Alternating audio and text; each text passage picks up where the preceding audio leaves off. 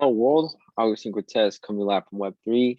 I actually apologize because I didn't do my video yesterday. I had a great day. I just got so caught up in work and executing on tasks that I literally, when I was doing my bed this morning, I didn't do my video. So apologize for that. But to continue the process of documenting daily learnings in blockchain and crypto and Web3, I have some really important information that I want to share, and it's about how you should view Web3.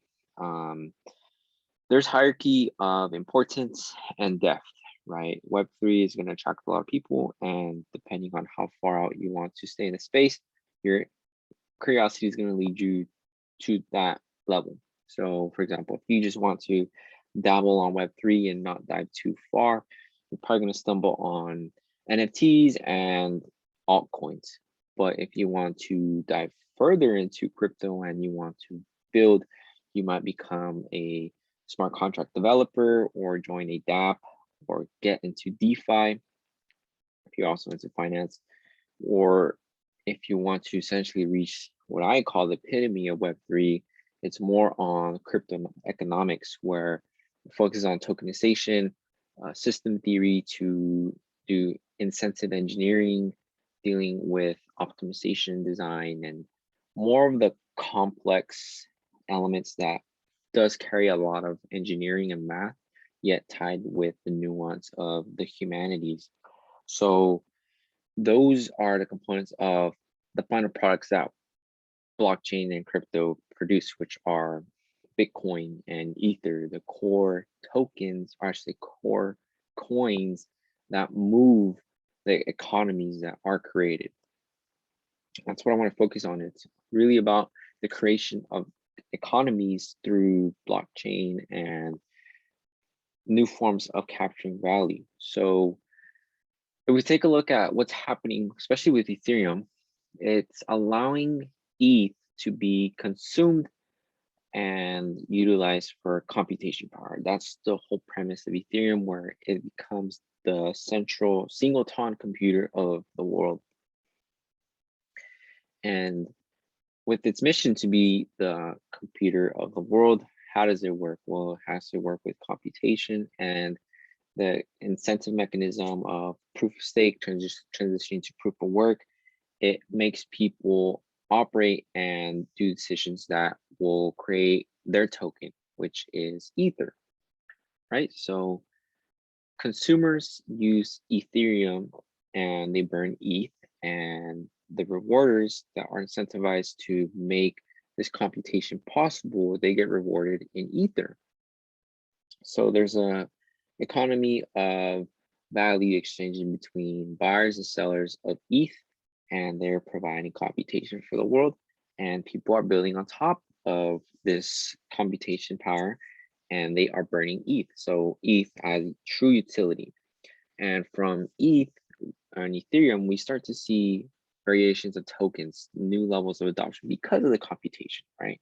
This is how dApps and new forms of economies can emerge, like with DeFi. DeFi created essentially new forms of currency and storage of values to individuals.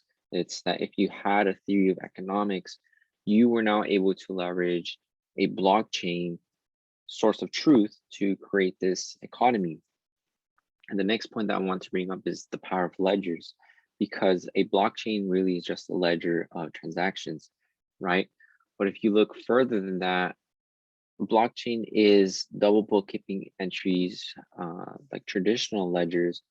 But on top of that, the fact that it's based off cryptography and immutable data, the blockchain becomes an additional, I wouldn't call it transaction, but it creates triple entry bookkeeping in this ledger, where traditional bookkeeping ledgers give a receipt to both parties, the debit and creditor.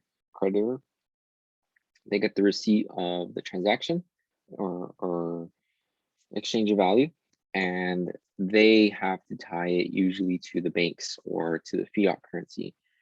So we have to trust the central party of the banks to validate this ledger that's already built off the ledger of the fiat currency, which would be the Federal Reserve. And by both the debtor and creditor having their own receipt, they have to trust the central party to make their transactions valid into the economy. But with Bitcoin or with blockchain, there's no more central party in the sense that you have to trust they're going to be doing their job. The job is done automatically and it's publicly accessible. So by it being publicly accessible, it's a new outcome of both receipts, and it's the hash and it's the data. So what this does is allows people to really introduce new economies where variables of value are now exchangeable because there is a trusted source. It's not a central source like a bank, but it's more of a blockchain where there's no central owner, but you trust the blockchain is carrying valid data. And what has this led to? It's led to the invention of new tokens, new currency, new forms of value, new computation power, consensus mechanism. It's really evolved the space at a tremendous scale, but it really just falls down into the tokenomics, right?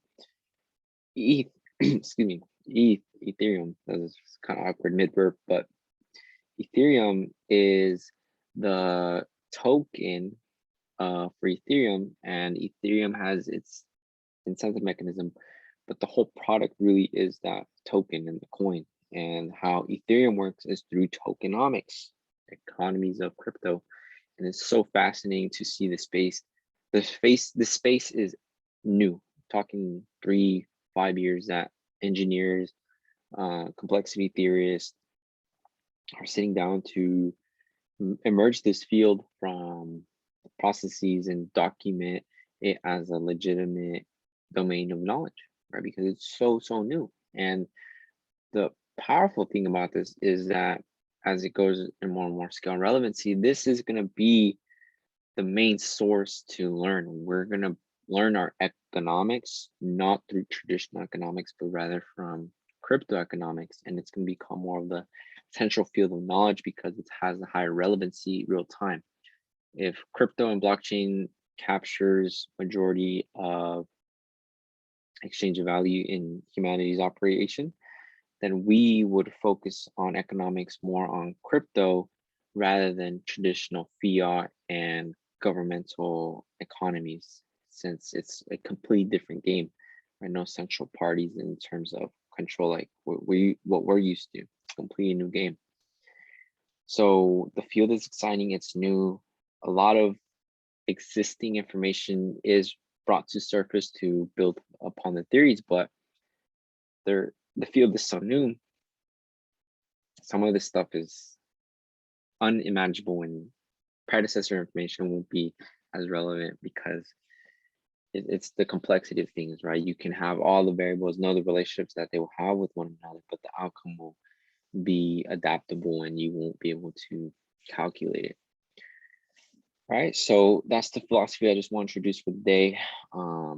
That's the area I've been learning more and more the past couple of weeks. But yesterday was really good on marketing and promoting Scholars NFT. Our collection has been growing, wait list is growing, and we got the marketing, I'd say, a little bit more comfortable.